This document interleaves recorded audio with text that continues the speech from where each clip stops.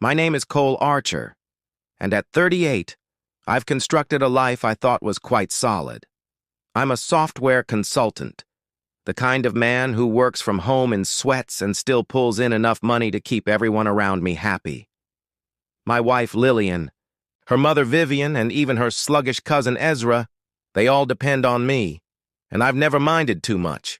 I married into this noisy, messy Southern family 8 years ago, and I believed that's just how it works. They're a touch wild, often talking over each other, laughing too loud, and planning stuff I'd never dream up on my own. I used to call it quirky, charming even. But now, I'm starting to see it's more than that. They don't just lean on me. They expect me to carry them, and I'm not sure how I feel about it anymore. Take this Bermuda trip, for instance. Lillian came to me a few months back, her eyes all bright, saying, "Cole, let's take the family somewhere wonderful, like Bermuda." I could have said no. I could have pointed out that we just paid off her car, or that Vivian's roof repair wasn't exactly cheap, but I didn't. I said yes. Because I usually say yes, and before I knew it, I was the one reserving everything: flights, a luxury villa with seaside views, even a boat cruise for the whole crew. It wasn't just me and Lillian either. She wanted... Her mom, Ezra, and a few others tagged along too. I didn't blink at the cost. I just swiped my card and figured it'd be worth it to watch her grin. She's got this way of making me feel like I'm the hero when I give her what she wants. And I've always liked that feeling, so I planned it all. Double-checked the reservations. Sent everyone the specifics. I pictured us on that boat, the sun warm on my cheeks, maybe a nice drink in my hand as Lillian giggled beside me. It sounded great, but then something started nibbling at me. It wasn't anything big at first, just a quiet little itch in the back of my mind. Maybe it was the way Lillian kept adding people to the trip without asking me, or how Vivian called me the bank one too many times, with that smirk of hers. I'd laugh it off, but it lingered. I'd sit there in my home office staring at code on my desktop, wondering why I was the only one putting anything into this. Lillian would breathe in, kiss my cheek, and say, "You're the best, Cole." And I'd let it go.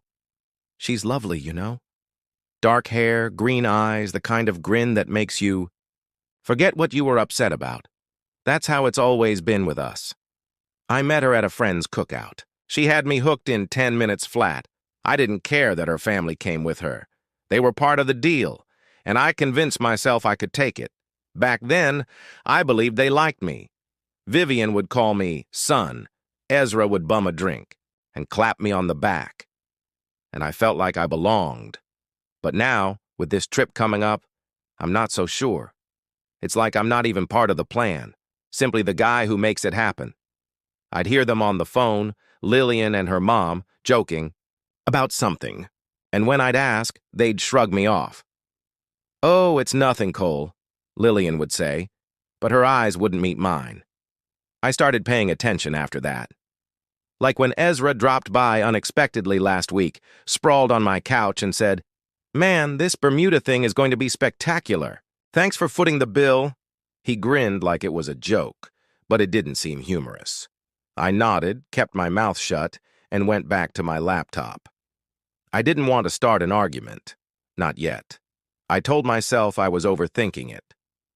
Families are messy, right?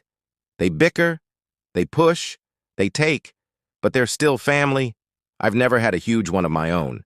Just a quiet dad who passed when I was 20, and a mom who lives across the country now. Lillian's clan filled that gap for me, and I didn't mind the noise, at least I didn't used to, but as the trip grew closer, that noise evolved into something heavier. I'd catch Vivian whispering to Lillian in the kitchen, their voices falling when I stepped in. One night I overheard Ezra on the phone saying, "Yeah, Cole's got it covered. He always does. Always does." Those words stuck in my chest like a splinter. I sat there after he left, staring at the Bermuda itinerary on my screen. Flying times, villa check-in, the boat tour. and pondered why I wasn't more excited. I should have been. I'd worked hard. For this. My job's good. Consistent. The kind of gig that lets me afford nice things without breaking a sweat. I'm not flamboyant about it, though. I drive a second-hand truck, wear the same sneakers until they fall apart. The money's for them, Lillian, Vivian, Ezra, for the life I thought we were making together. But sitting there alone in my office with the house quiet, I couldn't shake the feeling that something was off. Not just off, wrong. Like I'd missed a step somewhere and was about to trip. I didn't know what it was yet, but it was there, seething under the surface, waiting for me to figure it out. 2 weeks before we were set to leave, it hit me full force. Vivian called me over for supper. I walked into something I never saw coming.